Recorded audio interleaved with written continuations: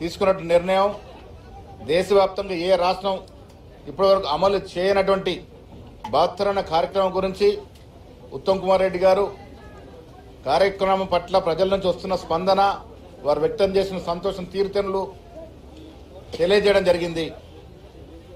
తలకి 6 కిలోల చొప్పున రేషన్ కార్డు ఉన్న ప్రతి అర్హుడికి 6 కిలోల నాణ్యమైన సన్నబియ్యం ఇస్తున్న సందర్భం మీద చర్చించుకోవడం జరిగింది. భూభారతి విషయంలో, ఇందిరమ్మ ఇళ్ల విషయంలో పొంగులేటి శ్రీనివాసరెడ్డి గారు వివరంగా సభ్యులకి తీసుకున్నటువంటి కార్యక్రమాలు, అమలు చేయబోయే తీరుని వివరించడం జరిగింది.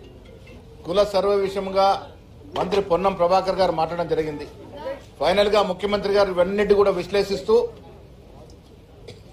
ఇంత గొప్ప కార్యక్రమాలు, సన్నబియ్యం కానీ, కుల సర్వే కానీ, కేటగరైజేషన్ కానీ, ఇందిరమ్మ ఇల్లు కానీ, భూభారతి కానీ, వీటన్నిటి మీద కూడా శాసనసభ్యులు, శాసన మండలి సభ్యులు, పార్లమెంట్ సభ్యులు క్షేత్రంలోకి వెళ్లి అసెంబ్లీలో రేపటి నుంచి మొదలుకొని జూన్ 2 వరకు ప్రతి సభ్యుడు అసెంబ్లీలో పర్యటిస్తూ ప్రజలతో మమేకమవుతూ ఈ బాత్రమైనటువంటి కార్యక్రమాన్ని ప్రజల వద్దకు తీసుకెళ్లడం విజయవంతం కావాలని సీఎం గారు, నేను కూడా సూచించడం జరిగింది.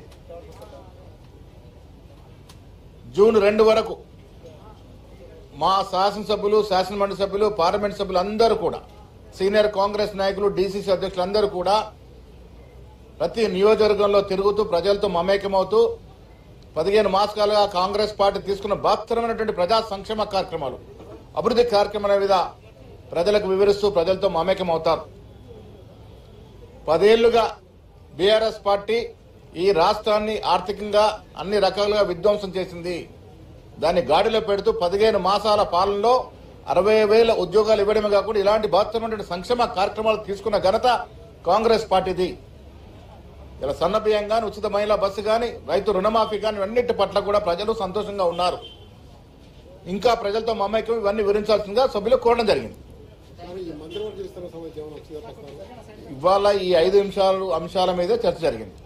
Thank you. రాజగోపాల్ రెడ్డితో పాటు ప్రేమ్ సాగర్ రావు, మల్రెడ్డి రంగారెడ్డి చేసిన వ్యాఖ్యలు ఎట్లా చూడొచ్చు? మంత్రివర్గం మాట్లాడుతూ ఉన్నారు.